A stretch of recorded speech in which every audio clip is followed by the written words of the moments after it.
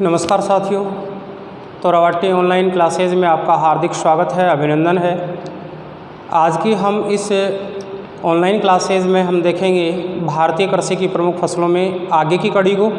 इससे पहले हमने तंबाकू जो हमारी व्यापारिक फसलों के अंतर्गत थी वहाँ तक हम देख चुके थे। अब आज हम जानेंगे इसकी अगली श्रृंखला को, जिसमें हमारी शेष महत्वपूर्ण जो भारत की प्रधान कृषि फसलें हैं उनके बारे में शेष जो बची हुई है उनको देखेंगे। तो चलते हैं हम हमारे इस आगे की प्रमुख फसलों की अगले क्रम पर, और अगला क्रम है हमारी अगली फसल जूट।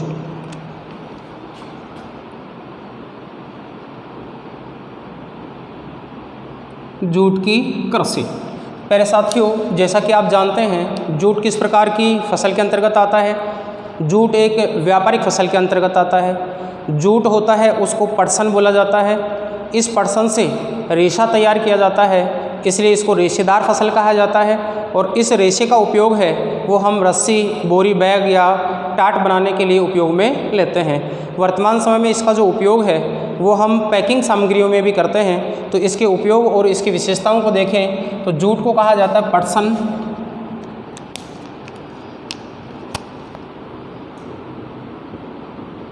पटसन कहा जाता है। जूट ही पटसन है और पटसन ही जूट है। यहाँ ध्यान देंगे, जूट है इसको एक अन्य नाम से भी जाना जाता है। जूट को कहा जाता है सुनहरा रेशा। सुनहरा रेशा सुनहरे रेशे के नाम से जानी जाती है। जूट को सुनहरा रेशा कहा जाता है। अब जो जूट है उस फसल के लिए अगर हम विशेषताएं देखें तो उन विशेषताओं में इसकी जो कृषि की अनुकूल जो परिस्थितियां हैं उनको देखने से पहले हम देखेंगे जूट की उपयोग व विशेषताओं को। उपयोग व विशेषताएं। तो सबसे पहले हम इसके उपयोग और विशेषताओं की चर्चा करें तो जूट का, जैसे हमने देखा, जूट एक व्यापारिक फसल के अंतर्गत आती है। क्या विशेषता है इसकी? एक सबसे पहले हम विशेषताओं को इंडिकेट करते हुए चलें तो फर्स्ट विशेषता ये व्यापारिक फसल में आती है।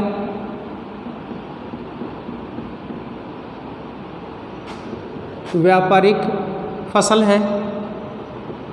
साथ ही अगर इसकी दूसरी विशेषता की बात करें तो इसकी अगली विशेषता आती है जूट एक रेशेदार फसल है।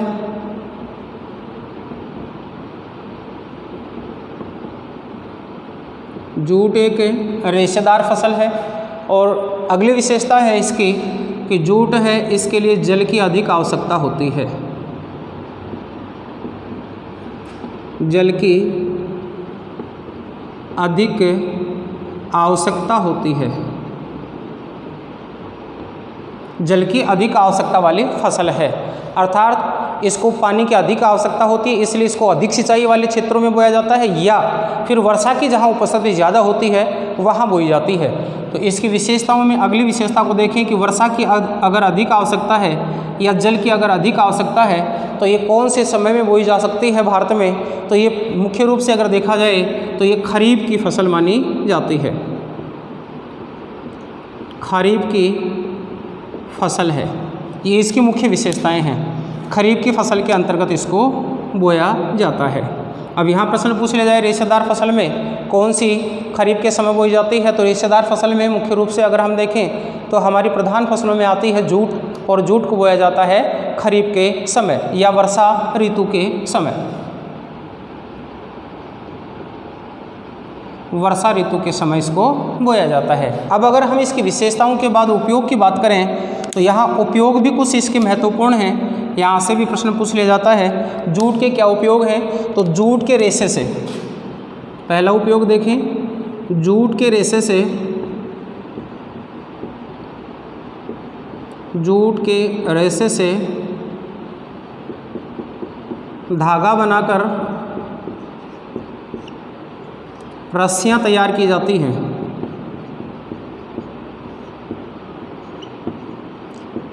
रस्सियाँ तैयार की जाती हैं।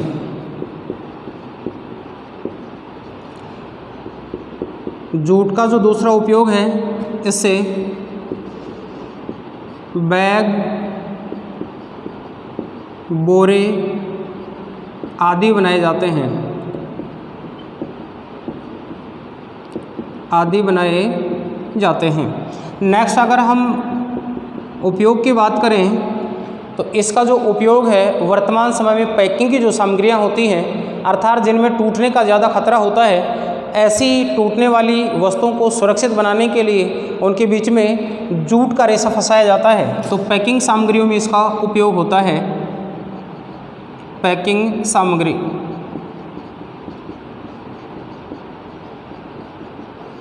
पैकिंग सामग्री में उपयोग होता है, पैकिंग सामग्री में उपयोग होता है। अब वर्तमान में इसका जो और ट्रेंड बढ़ता जा रहा है और उपयोग बढ़ता जा रहा है वो भी काफ़ी महत्वपूर्ण है। हमारी जो भवनों की जो दीवारें होती हैं, मकान के अंदर सीनरियाँ जो लगी होती हैं, कपड़े नुमा जो सीनरी होती है वो किसकी बनी होती है? जूट की बनी होती है। तो यहाँ लिख सकते हैं हम सौंदर्य वस्तुएं बनाने में, सौंदर्य वस्तु बनाने में उपयोग होता है, उपयोग होता है। जैसे फॉर एग्जाम्पल अगर इसकी बात करें तो यहाँ हम देखते हैं दीवार पर लटकाई जाने वाली सुंदर आकृतियाँ जो कपड़े की बनी होती हैं, जो कपड़े की बनी होती हैं। तो इस रूप में अगर हम देखें तो महत्वपूर्ण वर्तमान समय में इसका उपयोग इस रूप में भी बढ़ता जा रहा है। तो यहाँ इसके उपयोग, यहाँ इसकी जो कुछ विशेषताएं हैं ये भी अपने एग्ज़ाम के लिए इम्पोर्टेंट है। और सबसे जो महत्वपूर्ण बात है वो यहाँ आती है कि जूट को किस नाम से जाना जाता है? जूट को सुनहरा रेशा के नाम से जाना जाता है।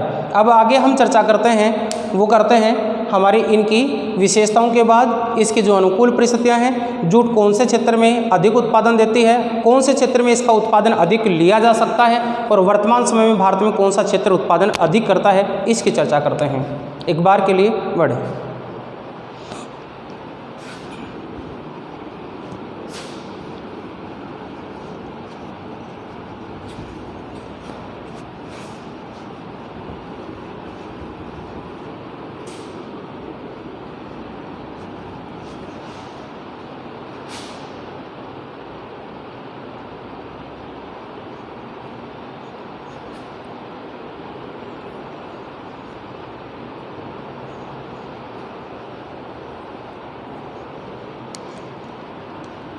अब इसकी विशेषताओं को हम देखें। अब इसकी हम कुछ जो अनुकूल परिस्थितियां हैं उनको देखें।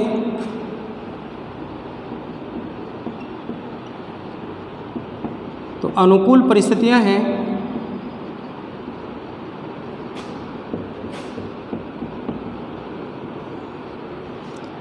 इन अनुकूल परिस्थिति में पहली अनुकूल परिस्थिति हम तापमान के साथ लेते हैं, फिर लेते हैं वर्षा के साथ और फिर लेते हैं हम मृदा के साथ। तो ये तीन जो अनुकूल परिस्थितियां हैं, यहाँ तापमान, वर्षा और मृदा किस किस प्रकार की अनुकूल परिस्थितियां रखती हैं, ध्यान दें साथियों।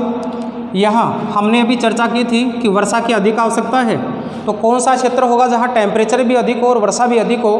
तो ये ध्यान देंगे 20 डिग्री सेंटीग्रेड से 30 डिग्री सेंटीग्रेड के मध्य तापमान हो। अनुकूल जो तापमान है वो क्या होगा? 20 डिग्री से 30 डिग्री सेंटीग्रेड के मध्य तापमान हो। वर्षा की जो उपस्थिति है वो 150 सेंटीमीटर से 200 सेंटीमीटर के बीच हो। वर्षा की उपस्थिति 150 से 200 सेंटीमीटर हो। और मृदा की जो आवश्यकता है वो हो जलोढ़ मृदा, जलोढ़ मृदा की आवश्यकता होती है।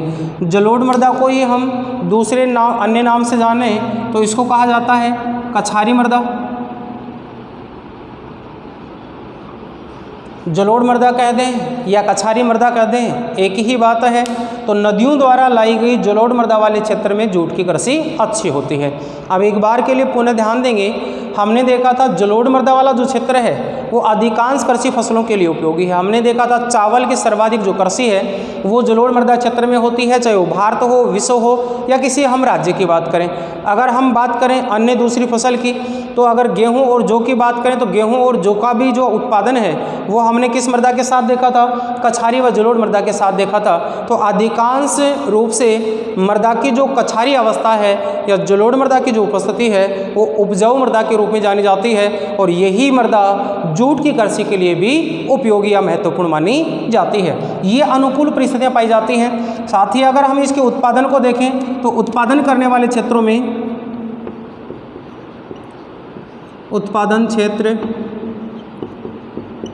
अब यहाँ हम देखेंगे भारत के प्रमुख उत्पादन क्षेत्रों की।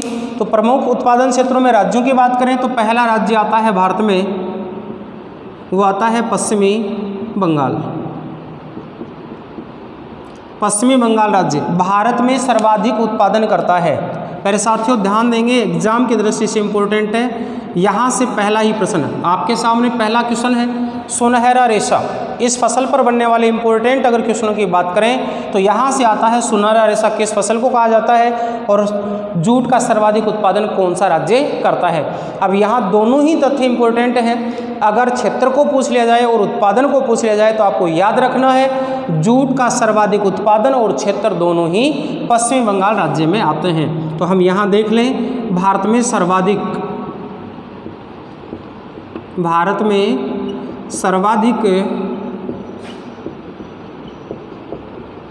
उत्पादन व क्षेत्र रखता है पश्चिमी बंगाल राज्य है। वो पश्चिमी बंगाल राज्य भारत में सर्वाधिक उत्पादन व क्षेत्र की अवस्था को रखता है, इसलिए इम्पोर्टेंट है। दोनों ही प्रश्न पूछे जा सकते हैं, उत्पादन की अवस्था को पूछा जा सकता है और क्षेत्र को पूछा जा सकता है। तो सर्वाधिक क्षेत्र पर यहाँ पश्चिमी बंगाल में ही बोई जाती है और उत्पादन करने वाला राज्य भी पश्चिमी बंगाल है। अन्य राज्यों की बात करें तो अन्य राज्यों में मुख्य रूप से अगर हम देखें तो कौन कौन से अन्य राज्य जहां जूट का उत्पादन होता है, प्यारे साथियों इनमें आते हैं नंबर 1 बिहार, नंबर 2 असम और नंबर 3 उड़ीसा। ये प्रमुख रूप से भारत में जूट उत्पादन करने वाले राज्य हैं। इनमें भी अगर हम और देखें गौण अन्य उत्पादक में भी देखें तो झारखंड गौण उत्पादन करने वाले राज्यों में आते हैं। प्यारे साथियों यहाँ तक हमने क्यों देखा है, एग्जामों में प्रश्न पूछा जा चुका है सुमिलित करवा करके कि निम्न में से कौन से राज्य में जूट का उत्पादन होता है, तो वहाँ प्रधान शब्द को हटा लेता है, अर्थात पश्चिमी बंगाल का संबंध नहीं दिया होगा और वहाँ प्रश्न पूछा जाएगा तो प्रश्न पूछा जा सकता है यहाँ असम झारखंड वाले क्षेत्र को, पश्चिम बंगाल झारखंड वाले क्षेत्र को, या पश्चिम बंगाल और बिहार वाले क्षेत्र को। अर्थात अगर इसको अलग रूप से भी पूछा जाए तो प्रश्न यूँ बन सकता है अपना, भारत में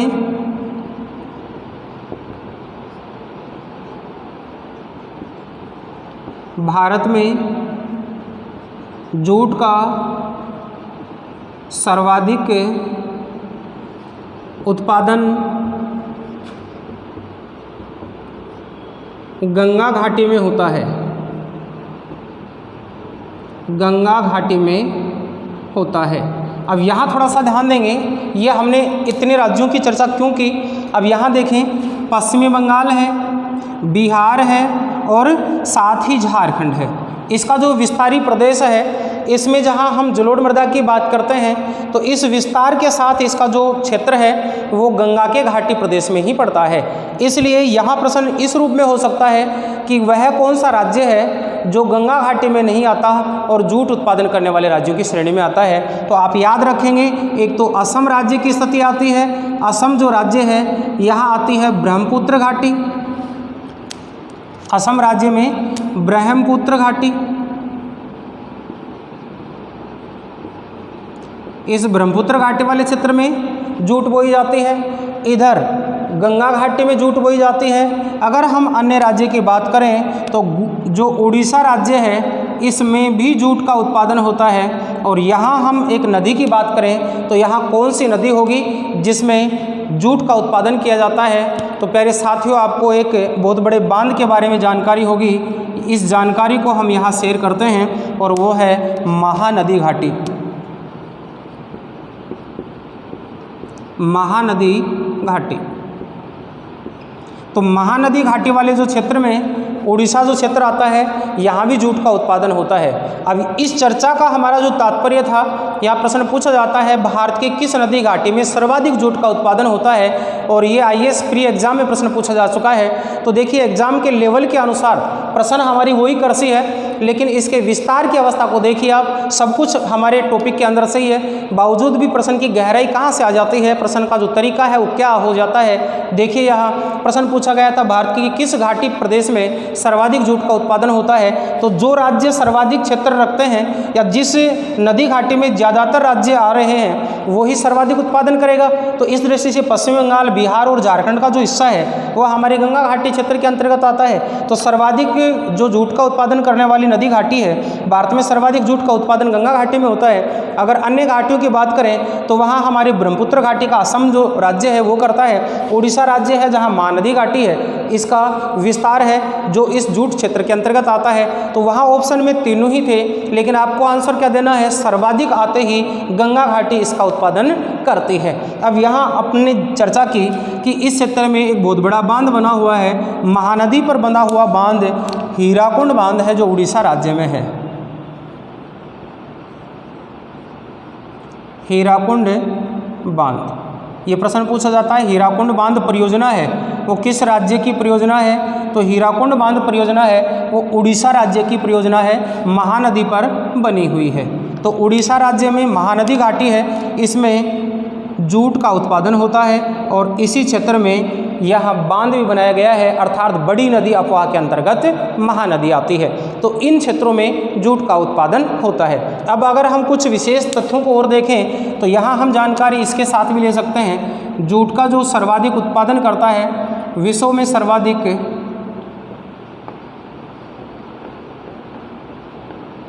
विश्व में सर्वाधिक, तो विश्व में सर्वाधिक पहले पश्चिमी बंगाल का बांग्लादेश का नाम आता था, हमारे पश्चिम बंगाल राज्य का नाम आता था। हमारा पश्चिम बंगाल वर्तमान में भी भारत का सर्वाधिक जूट उत्पादन करने वाला राज्य है, लेकिन यहाँ बांग्लादेश के स्थान पर वर्तमान समय में भारत सर्वाधिक उत्पादन करता है। इम्पोर्टेंट है, भारत विश्व में सर्वाधिक जूट का उत्पादन करने वाला देश है, तो ये स्थान फर्स्ट आता है।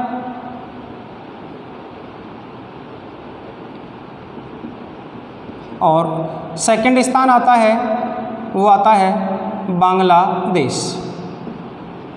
तो बांग्लादेश का जूट उत्पादन में विश्व में सेकंड स्थान आता है। ये भी ध्यान रखेंगे क्योंकि स्थिति बदली है तो आपके एग्जाम के लिए यहाँ भी इम्पोर्टेंट बन सकता है। विश्व में जूट का सर्वाधिक उत्पादन वर्तमान में भारत करता है। विश्व में सर्वाधिक जूट उत्पादन करने वाला दूसरा बड़ा देश है बांग्लादेश है। अगर यहाँ संयुक्त रूप से पूछ लिया जाए कौन कौन से देश विश्व में सर्वाधिक जूट का उत्पादन करते हैं, तो भारत और बांग्लादेश विश्व में सर्वाधिक जूट का उत्पादन करते हैं। अब यहाँ हम और एक तथ्य की ओर बढ़ते हैं। अगर ये स्थिति कॉमन रूप से पूछ लिया जाए विश्व के संदर्भ में और यहाँ स्थिति हो कि विश्व में कौन सी नदी क्षेत्र में या कौन से नदी डेल्टाई क्षेत्र में जूट का सर्वाधिक उत्पादन होता है, तो प्यारे साथियों आपको ध्यान होगा जहाँ हमारी गंगा नदी और बांग्लादेश में ब्रह्मपुत्र नदी संयुक्त रूप से बहती हुई जब बंगाल की खाड़ी में गिरते हैं तो इस क्षेत्र में सर्वाधिक जूट का उत्पादन होता है। तो वो नदी घाटियाँ कौन कौन सी हुई, एक हमारी ब्रह्मपुत्र नदी घाटी है जो कि असम वाले क्षेत्र में पड़ती है और एक हमारी पश्चिम बंगाल वाले क्षेत्र में है जो गंगा घाटी के अंतर्गत आता है। तो इन नदी घाटियों का जो संयुक्त डेल्टा है जिसको कहा जाता है सुंदरवन का डेल्टा, ये विश्व में सर्वाधिक जूट उत्पादन के लिए जाना जाता है। प्यारे साथियों वेरी वेरी इंपॉर्टेंट क्वेश्चन है, ब्रह्मपुत्र व गंगा का डेल्टा किस नाम से जाना जाता है? सुंदरवन के डेल्टा के नाम से जाना जाता है। यह विश्व का सबसे बड़ा डेल्टा है और किस फसल उत्पादन के लिए जाना जाता है? तो ये जूट उत्पादन के लिए विश्व में प्रथम स्थान रखता है। तो हम यहाँ इसको एक नोट के रूप में रख सकते हैं। विश्व में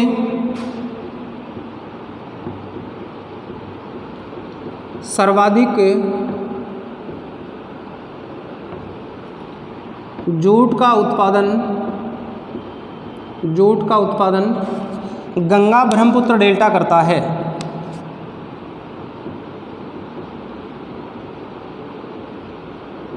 गंगा ब्रह्मपुत्र डेल्टा करता है और इस डेल्टा को कहा जाता है सुंदरवन का डेल्टा। ये डेल्टा कहलाता है सुंदरवन डेल्टा। तो सुंदरवन डेल्टा के रूप में जाना जाता है। अब यहाँ से भी इम्पोर्टेंट प्रश्न निकलता है, संयुक्त रूप से भारत और बांग्लादेश का जो डेल्टा है वो किस नाम से जाना जाता है? सुंदरवन के डेल्टा के नाम से जाना जाता है। और यही सुंदरवन का डेल्टा विश्व का सर्वाधिक विस्तृत और बड़ा डेल्टा माना जाता है। ये थी हमारी जानकारियाँ जो हमारी जूट फसल के लिए थी। आगे हम लेते हैं नेक्स्ट कृषि फसल। यहाँ तक आप समझ पाए होंगे। दी गई जानकारियाँ आपके लिए आपके एग्ज़ाम में काफ़ी महत्वपूर्ण रोल रखती हैं। यहाँ से बनने वाले सभी प्रश्न हैं वो इम्पोर्टेंट हैं। आपके एग्ज़ाम की दृष्टि से देखिए क्या क्या प्रश्न बनते हैं। पुनः एक बार के लिए ध्यान देंगे, जूट कृषि के लिए जो अनुकूल परिस्थितियाँ हैं, यहाँ से वर्षा की स्थिति को पूछा जा सकता है। वर्षा की स्थिति 150 से 200 सेंटीमीटर हमने देखी थी कि ये जो परिस्थितियाँ हैं ये सामान्यतः चावल के लिए जानी जाती हैं। तो जिन क्षेत्रों में चावल हो रहा है उन्हीं क्षेत्रों में हम जूट देख रहे हैं। चावल में उत्पादन क्षेत्र देखा था हमने, पश्चिम बंगाल था। यहाँ भी प्रश्न वर्षा वाले क्षेत्र के लिए पश्चिम बंगाल जुड़ रहे हैं। तो यहाँ से प्रश्न आता है कि वर्षा की उपस्थिति कितनी होनी चाहिए। यहाँ मृदा की अवस्था को पूछा जा सकता है, मृदा कैसी अवस्था में होनी चाहिए, जलोढ़ मृदा या कछारी मृदा होनी चाहिए। अगली स्थिति में आता है तो जूट का अन्य नाम पूछा जा सकता है, सुनहरा रेशा किस फसल को कहा जाता है।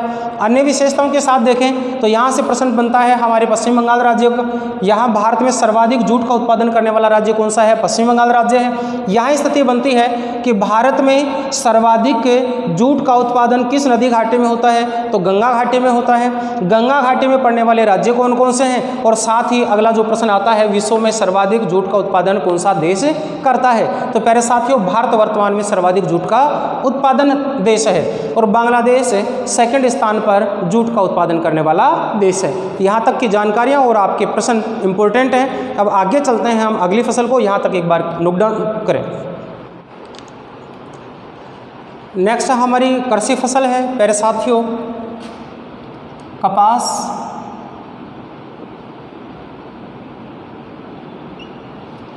और कपास का जो क्रम है हमारा है 12। विगत क्लास तक हमने 10 कृषि फसलें देखी थी, फिर हमने देखा है जूट 11 नंबर और कपास 12 नंबर। अब यहाँ ध्यान देंगे कपास के लिए, कपास भी है वो एक रेशेदार फसल है।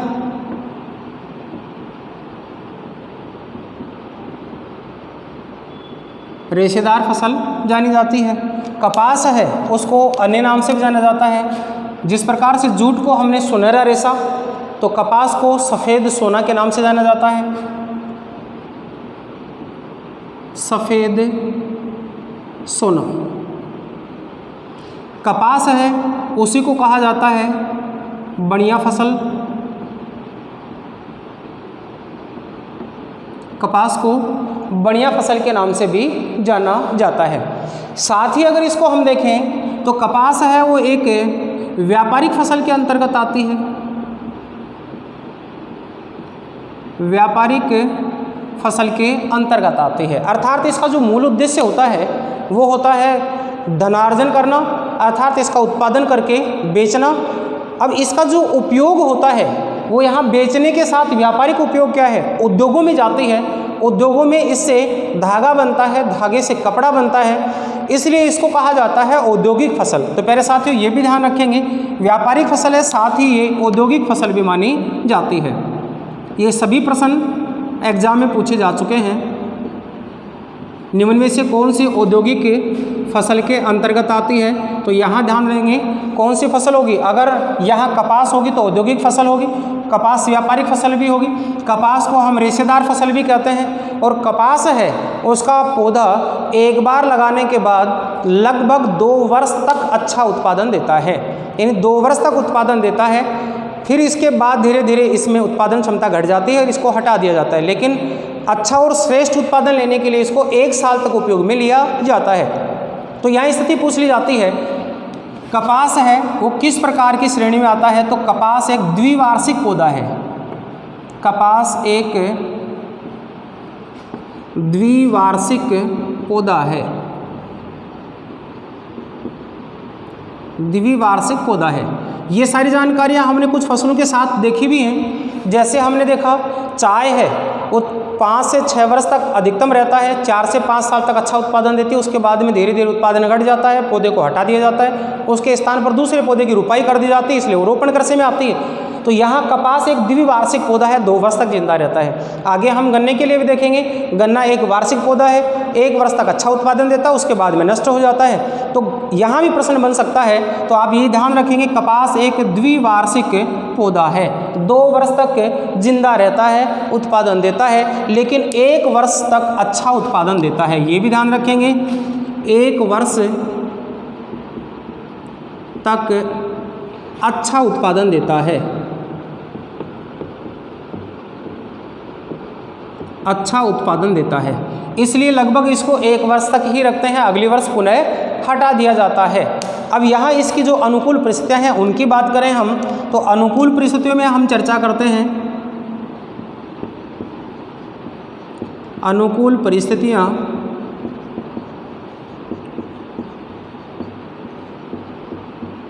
अनुकूल परिस्थितियाँ।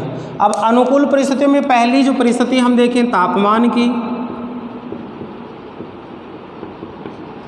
नेक्स्ट परिस्थिति हम देखें वर्षा की, और फिर देखें हम नेक्स्ट परिस्थिति मृदा की। तो कौन कौन सी परिस्थितियाँ इसके लिए अच्छी मानी जाती हैं, यहाँ ध्यान दें। जैसा हमने समान जूट के लिए देखा था, तापमान वही होता है 20 डिग्री सेंटीग्रेड से 20 डिग्री सेंटीग्रेड से 30 डिग्री सेंटीग्रेड तक अनुकूल होता है। इसके मध्य का तापमान इसके लिए अच्छा माना जाता है। वर्षा की उपस्थिति की बात करें तो वर्षा की जो उपस्थिति है वो 50 सेंटीमीटर से 100 सेंटीमीटर औसत वर्षा की उपस्थिति होती है। औसत वर्षा की उपस्थिति होती है। मृदा की बात करें तो मृदा की जो स्थिति है वो होती है काली मृदा व लाल काली मृदा। लाल काली मृदा। साथियों, हम मृदाओं की जानकारी इस हमारे टॉपिक के बाद ही लेने वाले हैं, तो आप थोड़ा सा यहाँ ध्यान के साथ देखते भी जाएं। आपकी कुछ फसलें जो तैयार हो रही हैं उसके साथ में मृदा भी तैयार होती जा रही है। हमने जलोढ़ मृदा का विस्तार बताया कि जिन जिन राज्यों में जो जो कृषि फसलें जलोढ़ मृदा में होती हैं, इसका मतलब उस क्षेत्र में जलोढ़ मृदा पाई जाती है। जलोढ़ मृदा में क्या उपस्थितियाँ होती हैं, किस प्रकार की होती है, किससे निर्मित होती है, अभी हम चर्चा करेंगे। काली मृदा, लाल काली मृदा की विस्तार से हम मृदाओं के साथ देखेंगे, लेकिन कुछ जानकारियाँ जो एग्जाम में बनती हैं वह यहाँ से इम्पोर्टेंट बनती हैं। अब यहाँ ध्यान देंगे, तापमान की जो उपस्थिति है वो 20 डिग्री सेंटीग्रेड से 30 डिग्री सेंटीग्रेड के मध्य अनुकूल मानी जाती है।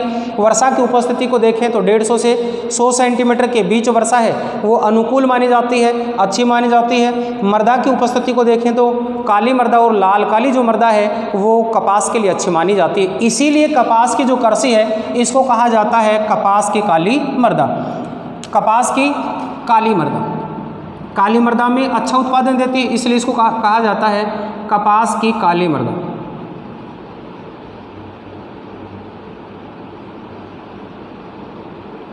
याद आया? यहाँ मृदा की उपस्थिति में पूछ लिया जाता है काली मृदा का अन्य नाम क्या है। कपास की काली मृदा, कपास की काली मृदा कपास का उत्पादन होने के कारण जानी जाती है। और अगर अन्य हम बात करें तो उसकी विशेषताओं के साथ कुछ जुड़ करके आती हैं कि इसमें जब वर्षा कम हो रही है तो ये एक चिकनी मिट्टी होती है, लावा द्वारा निर्मित होती है, ज्वालामुखी उद्गार के परिणाम स्वरूप बनी होती है, इसलिए इसमें महीन कण होते हैं। और जब इसमें जल की उपस्थिति कम होती है या सूखने लगती है तो इसमें दरारें आ जाती हैं, इसलिए इसको सौता जुताई वाली मृदा भी कहते हैं। इसलिए एक बार भीगने के बाद ये लंबे समय तक अपनी आर्द्रता को बनाए रखती है, इसलिए इस क्षेत्र में शुष्क कृषि फसलें अधिक की जाती हैं। यही कारण है कि 1 वर्ष से अधिक जिंदा रहने वाली फसलें भी इसमें बो दी जाती हैं। अर्थात 12 महीने तक अगर जिंदा रहती है कोई फसल, वो 3 ऋतुओं को देखती है, और 3 ऋतुओं में वो ऋतु भी आती हैं जब वर्षा नहीं होती है, तब भी ये फसलें जिंदा रह जाती हैं। अर्थात इसमें जल धारण करने की क्षमता अधिक पाई जाती है। एक बार भीगने के बाद में लंबी अवधि तक महीनों तक नहीं सूखती है। इसके बाद कुछ वर्षा की उपस्थिति और हो जाती है, फिर महीनों भर तक नहीं सूखती है। कुछ अगर सिंचाई की सुविधाएं हैं तो वहाँ इन फसलों का उत्पादन अच्छा लिया जाता है। इसलिए इस मृदा को सतह जुताई वाली मृदा, सर्वाधिक जल धारण करने वाली मृदा, साथ ही अगर इसको देखें इसकी उत्पत्ति की अवस्था को, तो इसको कहा जाता है लावा निर्मित या ज्वालामुखी उद्गार से निर्मित मृदा कहा जाता है। अब यहाँ कपास की कृषि अधिक होने के कारण इसका नाम क्या पड़ जाता है? कपास की काली मृदा भी कहा जाता है। इसी मृदा को कहा जाता है रेंगूर मृदा। ये कपास के लिए आने वाले सारे प्रश्न हैं। यहाँ इस मृदा को हटा करके सारे नाम दिए जा सकते हैं। कपास की मृदा, कपास के लिए कौन सी मृदा की अनुकूल परिस्थितियाँ होती हैं? तो काली मृदा, लाल काली मृदा। और काली मृदा के नाम को जब पूछ लिया जाए तो इसका जो अन्य नाम है उसको कहा जाता है रेंगूर मृदा। रेंगूर मृदा, तो रेंगूर मृदा भी कहा जाता है। तो ये ध्यान रखेंगे। वहाँ प्रश्न होगा किस मृदा में कपास की खेती अच्छी होती है, तो रेंगूर मृदा नाम दिया जा सकता है। हम जिसको लाल, काली, पीली, बलुई, रेतीली, जलोढ़ जो भी है उन मृदाओं में हम नहीं देख पाते हैं। लेटेराइट मृदा वहाँ आती है, नहीं देख पाते हैं। पर्वतीय मृदा आती है, नहीं देख पाते हैं। या वन मृदा व पीठ मृदा आती है, उनमें नहीं देख पाते हैं। वहाँ अलग ही नाम आता है और वो नाम होता है रेंगूर मृदा। तो यहाँ ध्यान देंगे, रेंगूर मृदा काली मृदा का ही अन्य नाम माना जाता है। अब आगे हम देखें तो यहाँ इसकी जो अनुकूल परिस्थितियाँ हैं, उसके बाद उत्पादन क्षेत्र की बात करें तो यहाँ हम भारत में उत्पादन क्षेत्र को देखें। उत्पादन क्षेत्र, और उत्पादन क्षेत्र के हम राज्यों की बात करें तो भारत में वर्तमान में सबसे ज़्यादा जो कपास का जो उत्पादन करने वाला राज्य है, जो प्रथम स्थान पर आता है, वो है गुजरात। कभी आपने महाराष्ट्र का भी नाम पढ़ा होगा, याद रखना गुजरात है भारत में प्रथम स्थान रखता है। फर्स्ट, भारत में सर्वाधिक। प्रश्न पूछ लिया जाए भारत में सर्वाधिक कपास उत्पादन करने वाला राज्य है तो यहाँ हम गुजरात को याद रखेंगे। और गुजरात के लिए पहले साथियों बता देता हूँ, हर एग्जाम में यहाँ से प्रश्न बने 3 या 4 कृषि फसलों को लेकर यहाँ बार एग्जाम में प्रश्न पूछा जाता है। मूंगफली उत्पादन के लिए गुजरात का प्रथम स्थान आता है। कपास उत्पादन के लिए गुजरात का प्रथम स्थान आता है। नमक उत्पादन के लिए गुजरात का प्रथम स्थान आता है। तो यहाँ तीनों चारों जो प्रश्न हैं वो आपके एग्जाम की दृष्टि से इम्पोर्टेंट है। तो यहाँ आप इस चीज़ को ध्यान भी रखेंगे, किस प्रकार से भारत की सर्वाधिक कपास किस राज्य से उत्पादन होती है। तो भारत की सर्वाधिक जो कपास है वो गुजरात राज्य से उत्पादन होती है। अब इसी के पास निकट पड़ने वाले जो राज्य होंगे वहाँ से कपास का उत्पादन किया जाएगा। तो अन्य राज्यों में बात करें तो अन्य राज्य आता है महाराष्ट्र। महाराष्ट्र राज्य है वो भारत में सेकंड स्थान पर उत्पादन करने वाला राज्य है, द्वितीय स्थान आता है। अब इस परिस्थिति को अगर देखा जाए तो यहाँ महाराष्ट्र वाले क्षेत्र के लिए प्रश्न बनता है कि कौन से क्षेत्र में सर्वाधिक कपास का उत्पादन होता है। तो आप बताएंगे गुजरात राज्य में होता है। लेकिन महाराष्ट्र के लिए प्रश्न पूछ लिया जाए कि महाराष्ट्र के किस पठारी प्रदेश में, क्योंकि हमने देखा था काली मृदा का निर्माण ज्वालामुखी उद्गार से हुआ है और ज्वालामुखी जो उद्गार है वो हमें किस रूप में दिखलाई पड़ता है, पठारों के रूप में दिखलाई पड़ता है, जिसको हम प्रायद्वीपीय पठारी प्रदेश कहते हैं, उस पठारी प्रदेश में होता है। तो यहाँ प्रश्न पूछ लिया जाता है महाराष्ट्र के किस पठारी प्रदेश में कपास का सर्वाधिक उत्पादन होता है। तो पहले साथियों आपको गुजरात ध्यान नहीं रखना है, याद रखना है महाराष्ट्र का पठारी प्रदेश जिसको कहा जाता है दक्कन का पठार।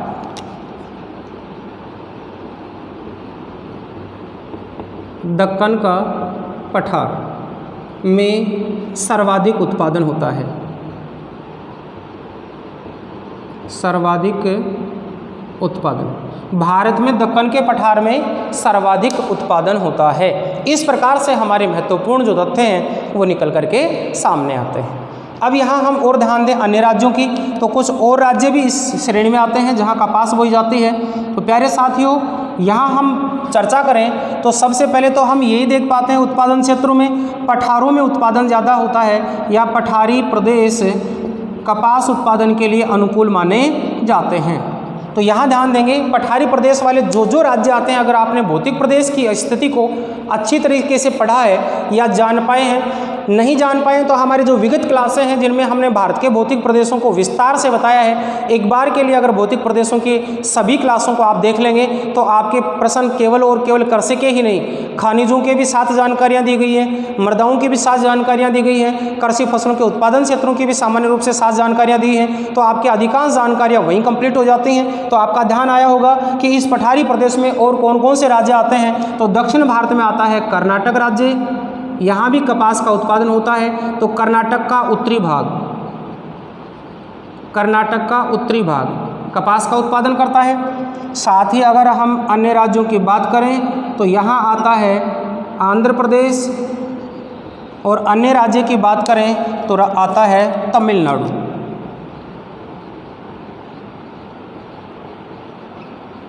तमिलनाडु, और तमिलनाडु की बात करें हम तो तमिलनाडु का जो पठारी प्रदेश है, इस तमिलनाडु के पठारी प्रदेश में कौन सा पठारी प्रदेश है तमिलनाडु का जिसमें कपास का उत्पादन होता है। तो प्यारे साथियों, यहाँ गन्ना और कपास दोनों का उत्पादन होता है। याद रखना, तमिलनाडु का जो पठारी प्रदेश है कोयम्बटूर का पठार,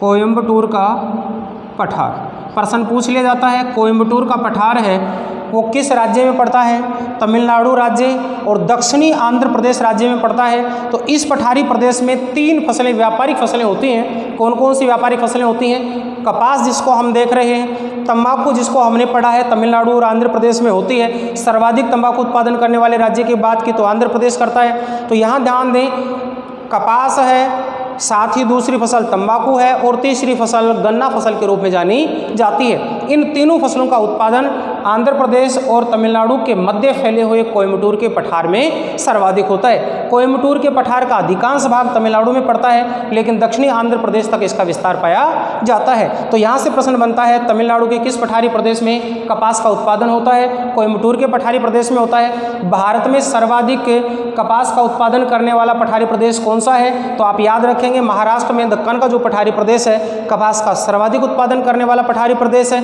प्रश्न हो, भारत में कौन से राज्य में कपास सर्वाधिक उत्पादन होती है? तो गुजरात राज्य भारत का सर्वाधिक कपास उत्पादन करने वाला राज्य है। यहाँ तक की दी गई जानकारियाँ आपको समझ में आई होंगी।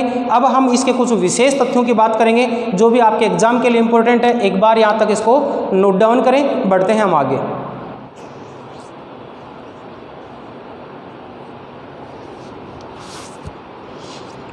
चलो साथियों, आगे देखें हम इसके विशेष तथ्यों की। तो चर्चा करें हम कपास के लिए जो विशेष तथ्य हैं उनके बारे में।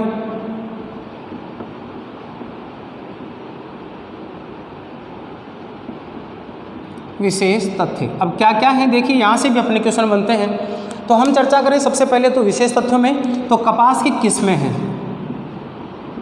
कपास की किस्में, यहाँ कपास की एक है विदेशी और एक है स्वदेशी। अब इसमें विदेशी जो किस्म है उसकी विशेषता है कि ये लंबे रेशे की कपास होती है। यहाँ से प्रश्न पूछा जा चुका है, निम्न में से कौन सी एक लंबे रेशे की कपास है? लंबे रेशे की कपास है। और जो स्वदेशी है वो 2 प्रकार की कपास है, एक है छोटे रेशे की और एक है मध्यम रेशे की।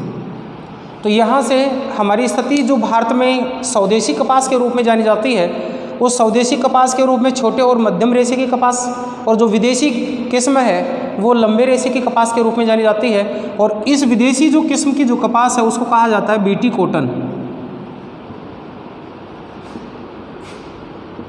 BT cotton.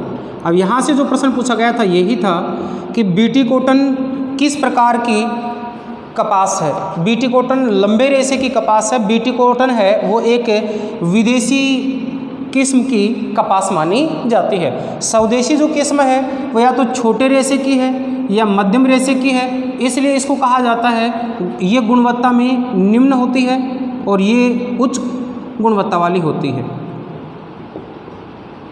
गुणवत्ता में निम्न मानी जाती है और ये गुणवत्ता में उच्च मानी जाती है।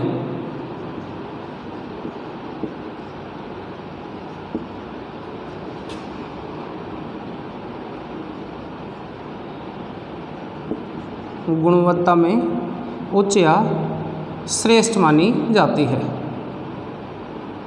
गुणवत्ता में श्रेष्ठ मानी जाती है। तो गुणवत्ता की जो श्रेष्ठ किस्म है वो विदेशी किस्म के रूप में जानी जाती है बीटी कॉटन, और जो निम्न रेशे की और मध्यम जो रेशे की और छोटे रेशे की जो कपास है जिसको स्वदेशी कपास के नाम से जाना जाता है वो गुणवत्ता में निम्न श्रेणी की कपास मानी जाती है। अब यहाँ से हम और भी कुछ जानकारियाँ देखें तो विशेष तथ्यों के अंतर्गत अब तो हम ये देख पाते हैं कि भारत में विश्व की सर्वाधिक कपास का उत्पादन होता है। अब यहाँ से दो प्रश्न बनेंगे, क्या है, एक स्थिति बनती है आज़ादी से पूर्व और एक आज़ादी के बाद। एक आज़ादी से पूर्व की स्थिति और एक आज़ादी के बाद की स्थिति। अब यहाँ आज़ादी से जो पूर्व की स्थिति है इसमें हमारा संयुक्त प्रदेश था जिसको कहा जाता था भारत व पाकिस्तान। आज़ादी से पूर्व दोनों एक थे और विश्व में सर्वाधिक उत्पादन करते थे। कुछ समय बाद जब घटना 1947 की हुई, इस 1947 की घटना से पहले की स्थिति और 1947 के बाद की स्थिति, भारत का मुख्य रूप से जो कपास उत्पादन क्षेत्र था वो चला गया पाकिस्तान में। विभाजन के बाद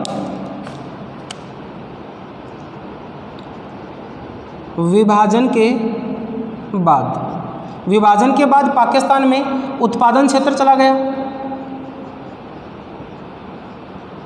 और उत्पादन क्षेत्र चला गया तो भारत का कपास उत्पादन क्षेत्र घट गया। लेकिन हमारे भारत में कपास आधारित जो उद्योग थे जिसको हम सूती वस्त्र उद्योग कहते हैं, सूती वस्त्र उद्योग भारत में रह गया। तो स्थिति ये हुई कि भारत के कल कारखाने थे वो घाटे में चलने लगे, बंद की स्थिति में आ गए और पाकिस्तान में कपास क्षेत्र चला जाने के कारण कपास का निर्यात किया जाने लगा। लेकिन वर्तमान समय में भारत का अग्रणी कपास उत्पादक देश माना जाता है। पाकिस्तान से भी ज़्यादा उत्पादन भारत का होता है। जूट का उत्पादन भी हमने संयुक्त देखा था, भारत के साथ बांग्लादेश जूट का सर्वाधिक उत्पादन करता है। कपास की बात करें तो भारत और पाकिस्तान सर्वाधिक कपास का उत्पादन करने वाले देश हैं। यही स्थिति अगर आज़ादी के बाद की आप बात करें तो वर्तमान समय में भारत सर्वाधिक उत्पादन करता है और भारत का राज्य गुजरात प्रथम स्थान रखता है। इस प्रकार से हमारी विशेष तथ्यों के अंतर्गत चर्चा होती है। अब एक जो जानकारी है वो भी याद रखेंगे विशेष तथ्यों में ही, इसको भी महत्वपूर्ण तथ्य के रूप में लगा लें। कपास की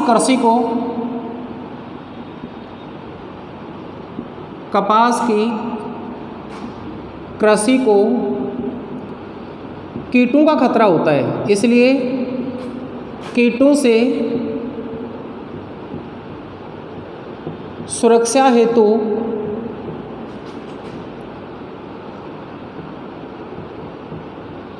खेतों के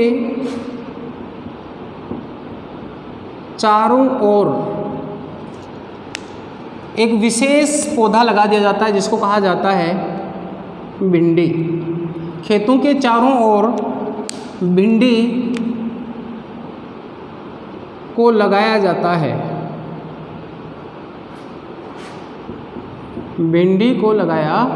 है ताकि जो कपास के खेत हैं इन पर जो फड़का जो रोग होता है उसका प्रभाव डोडियों को खा करके नष्ट न कर दे, वो इन खेतों के चारों ओर भिंडी के पौधों में ही अटक करके उलझ करके रह जाए और खेत हमारा सुरक्षित बचा रहे।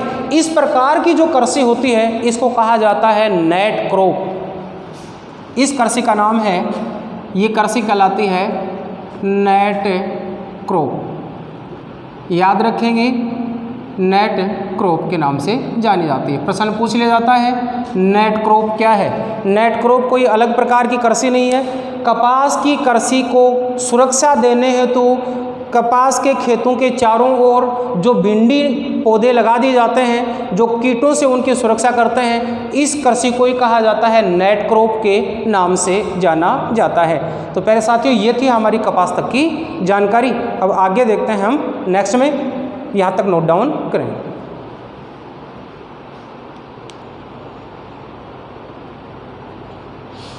साथियों आगे देखते हैं हम अगली हमारी भारत की प्रमुख फसल को, गन्ना फसल। अब गन्ना फसल के बारे में हम देखें तो गन्ना मुख्य रूप से एक रसदार फसल है।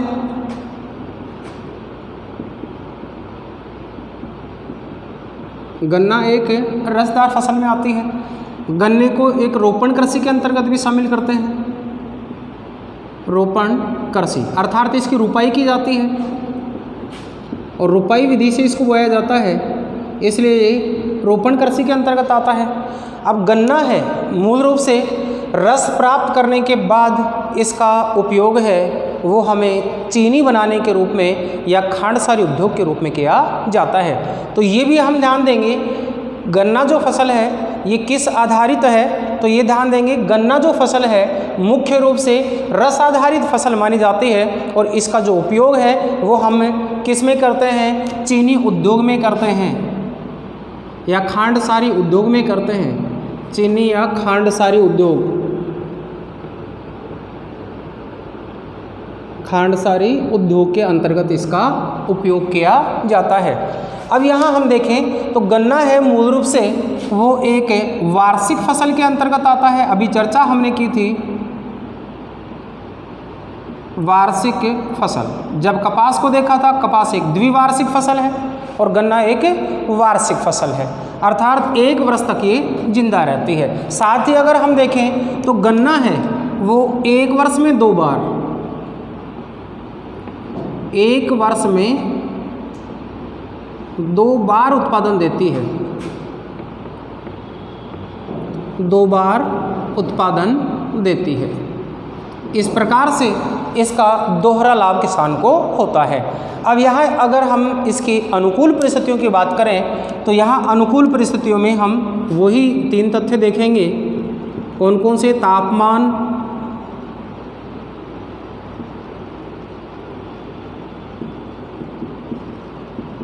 वर्षा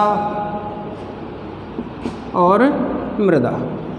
तो अनुकूल परिस्थितियों में हमारी तीन परिस्थितियाँ आती हैं। पहला तापमान की स्थिति, नेक्स्ट हमारी वर्षा की स्थिति और नेक्स्ट हमारी मृदा की स्थिति। अब प्यारे साथियों यहाँ पुनः ध्यान देना, वर्षा की ऋण की स्थिति आते ही आपके जहन में कुछ नए प्रश्न आने चाहिए और निश्चित रूप से अगर आपने एक या दो फसलों को अच्छी तरीके से पढ़ा है और उनके बारे में आप जान पाए होंगे तो आपके आगामी जो जितने भी फसलें आएंगी अधिकांशतः अपना माइंड उनके प्रश्नों को निकालने में मदद करेगा। किस रूप में करेगा? ध्यान दें, यहाँ तापमान की जो अवस्था होती है 20 डिग्री सेंटीग्रेड से लेकर 35 डिग्री सेंटीग्रेड के मध्य होती है। यहाँ तक इसके लिए तापमान क्या होता है? अनुकूल तापमान होता है। और वर्षा की बात करें हम तो इसके लिए जो वर्षा की उपस्थिति है वो होती है 100 सेंटीमीटर से 200 सेंटीमीटर वर्षा।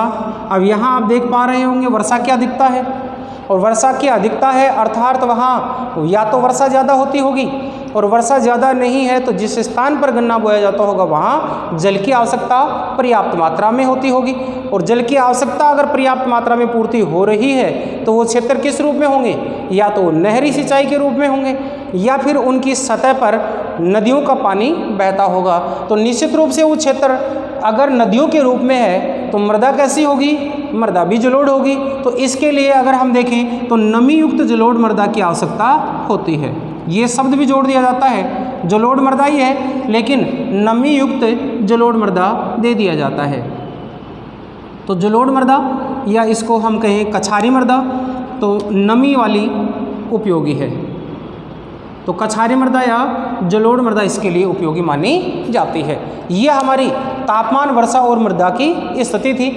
तापमान की उपस्थिति 20 डिग्री से 35 डिग्री सेंटीग्रेड। अब यहाँ थोड़ा सा एक प्रश्न अतिरिक्त बनेगा, वो ध्यान रखेंगे। यहाँ अगर हम 35 डिग्री सेंटीग्रेड की बात करें तो ये क्या बतला रहा है, ये उच्च तापमान को बतला रहा है। और गन्ने के लिए अगर उच्च तापमान है तो वो गन्ने के लिए लाभदायक है या हानिकारक है, प्रश्न पूछ लिया जाता है। तो यहाँ ध्यान देंगे, अगर 35 डिग्री सेंटीग्रेड तापमान है तो गन्ने के लिए लाभदायक माना जाता है, क्योंकि उष्ण परिस्थितियाँ गन्ने को मीठा बनाती हैं। यहाँ विशेष तथ्यों के साथ अगर हम देखें तो यहाँ नोट विशेष में हम लिख सकते हैं, तापमान के साथ ही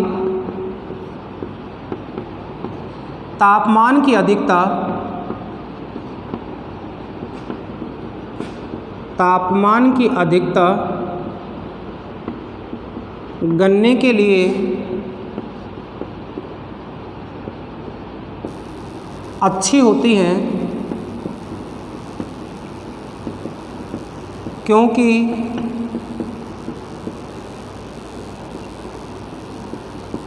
गन्ने में उच्च ताप या हम कहें उष्ण परिस्थितियाँ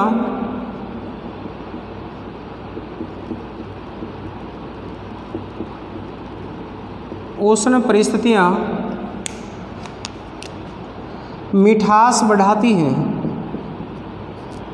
मिठास की मात्रा में वृद्धि करती हैं, मिठास की मात्रा को बढ़ाती हैं या वृद्धि करती हैं।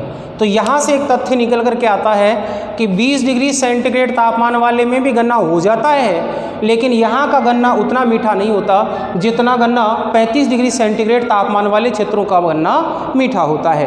अब यहाँ ध्यान देंगे, 35 डिग्री सेंटीग्रेड जहाँ तापमान होगा वहाँ की जो परिस्थितियाँ होंगी वो क्या होंगी, उष्ण परिस्थितियाँ होंगी।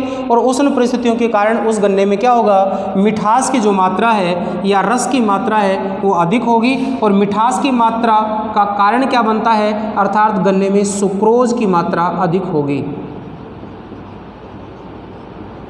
सुक्रोज की मात्रा अधिक होगी। और सुक्रोज की अगर मात्रा अधिक है तो प्यारे साथियों यहाँ से अपना अगला प्रश्न बनता है कि सुक्रोज की मात्रा अधिक होने के कारण चीनी अधिक बनती है, चीनी अधिक बनती है। जिस गन्ने में सुक्रोज की मात्रा अधिक है, जो गन्ना अधिक मीठा पाया जाता है, उससे चीनी का निर्माण अधिक किया जाता है, अधिक मात्रा में चीनी का उत्पादन करता है। इसलिए ऐसी परिस्थितियां हमारे दक्षिण भारत में पाई जाती हैं। हम यहाँ उत्पादन क्षेत्रों की जब चर्चा करेंगे तो विशेष परिस्थितियों में ये जानकारी आएगी। यहाँ तक की जानकारी को एक बार नोट डाउन करें और आगे हम उत्पादन क्षेत्रों की चर्चा करते हैं। नेक्स्ट आप देखते हैं हम उत्पादन क्षेत्र को।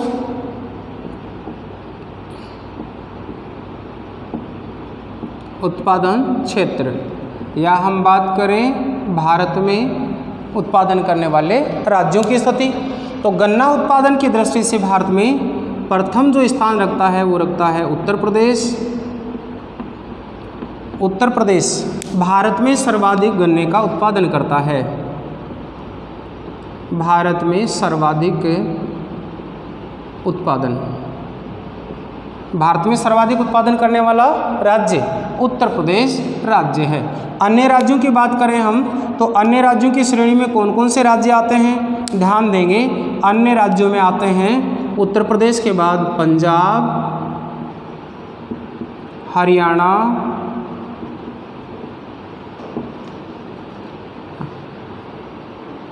उत्तरी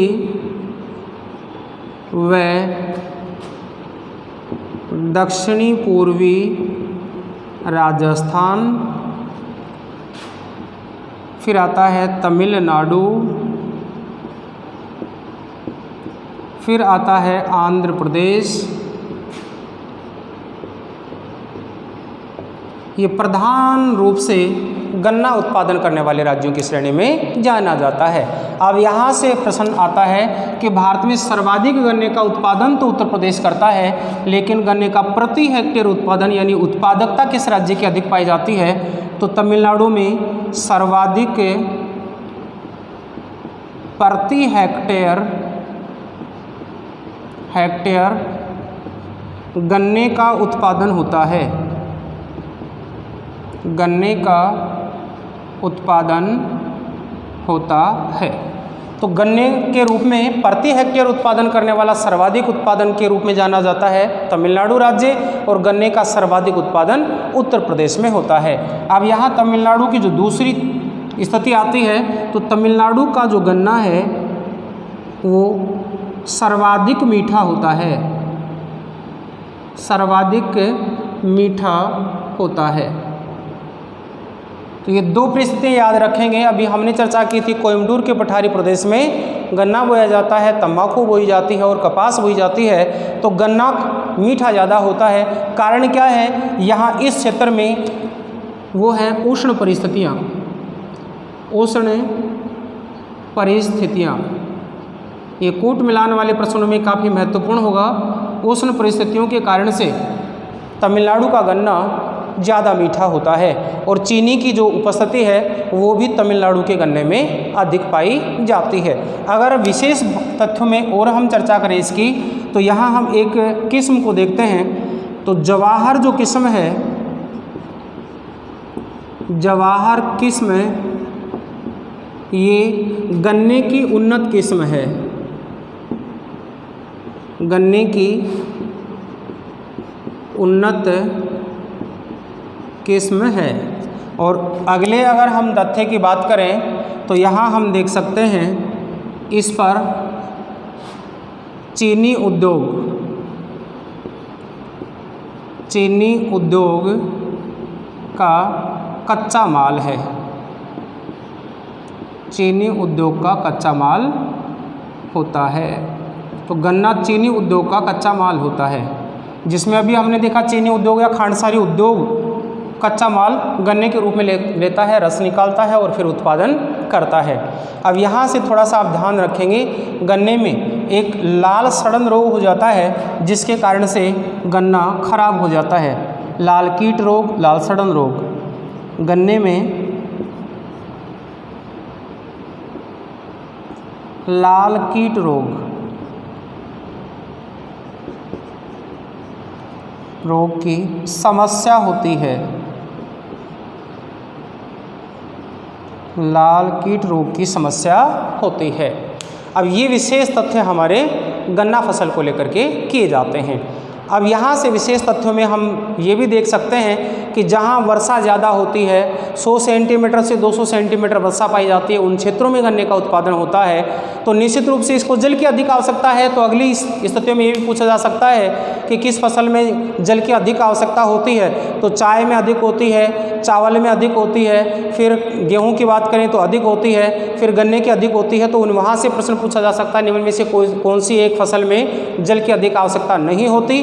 तो वहाँ इन फसलों के नाम देकर के कोई अन्य फसल दी जा सकती है जिसमें जल की आवश्यकता कम होती है, लेकिन गन्ने में जल की आवश्यकता अधिक होती है। साथ में ये भी देखा कि इसका उपयोग हम 12 महीने तक उत्पादन के लिए करते हैं। तो इसका 12 महीने तक जो क्षेत्र है वो वर्षा क्षेत्र 100 से 200 सेंटीमीटर वाले में जल की आवश्यकता पर्याप्त नहीं बन पाती, इसलिए सिंचाई करनी पड़ती है। और सिंचाई करेंगे तो भूमि कैसी होनी चाहिए? समतल होनी चाहिए, क्योंकि हमने देखा जलोढ़ मृदा वाले क्षेत्र की बात की, तो जलोढ़ मृदा वाला क्षेत्र किस रूप में है? नदी द्वारा मैदानी प्रदेशों के रूप में है। और मैदानी प्रदेश है तो भूमि कैसी होगी? समतल होगी। तो यहाँ भी प्रश्न पूछ लिया जाता है गन्ने के लिए किस प्रकार की कृषि जोतों की आवश्यकता होती है? तो गन्ने की कृषि के लिए समतल मैदानों की आवश्यकता होती है। तो ये स्थिति हमारे क्या है? सारे के सारे समतल मैदानों को ही व्यक्त करते हैं। पंजाब है, हरियाणा है, उत्तरी व दक्षिणी पूर्वी राजस्थान है, उत्तर प्रदेश है, यहाँ मैदानी प्रदेश पाए जाते हैं। तो मैदानी प्रदेशों में अधिक है, तो ये भी प्रश्न बन सकता है कि कौन से भौतिक प्रदेश में किस प्रकार की कृषि की जाती है। देखो प्रश्न भौतिक प्रदेश के साथ जोड़ करके और कृषि फसल को पूछ लिया जाता है तो मैदानी भौतिक प्रदेश में अधिक की जाती है, क्योंकि मैदानी भौतिक जो प्रदेश होते हैं वो समतल होते हैं, समतल प्रकृति के होते हैं या समतल होते हैं, तो इस क्षेत्र में गन्ने की कृषि अधिक की जाती है। प्यारे साथियों, हमने भारत की मुख्य जो कृषि प्रधान फसलें थी उनके बारे में विस्तार से चर्चा की है। आने वाले सभी प्रकार के प्रश्नों को सोल्व आउट करने का प्रयास किया है। आपको हमारी क्लासें कैसी लग रही हैं ये आप हमें कमेंट बॉक्स में डाल कर के बताएंगे।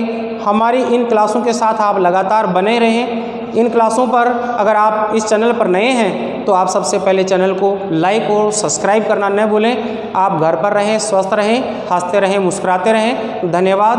आज की क्लास को हम देते हैं यहीं विराम और नेक्स्ट क्लास के साथ लेकर के आएंगे कृषि की जो विशेष परिस्थितियाँ हैं। जैसे कि हम चर्चा करें तो आज ही मैं बता देना चाहता हूं अगली क्लास के बारे में, तो वहां देखेंगे हम कृषि की जो विशेष पद्धतियां हैं उनके बारे में, कृषि की जो वैज्ञानिक विधियां हैं उनके बारे में और कृषि की जो कुछ क्रांतियां हैं उनके बारे में। तो आगे हमारी इन्हीं क्लासों को लगातार आप प्राप्त करने के लिए हमारे चैनल के साथ जुड़े रहें। मैं इन्हीं शुभकामनाओं के साथ आज लेता हूँ आपसे विदा। मिलते हैं नेक्स्ट क्लास के साथ। धन्यवाद।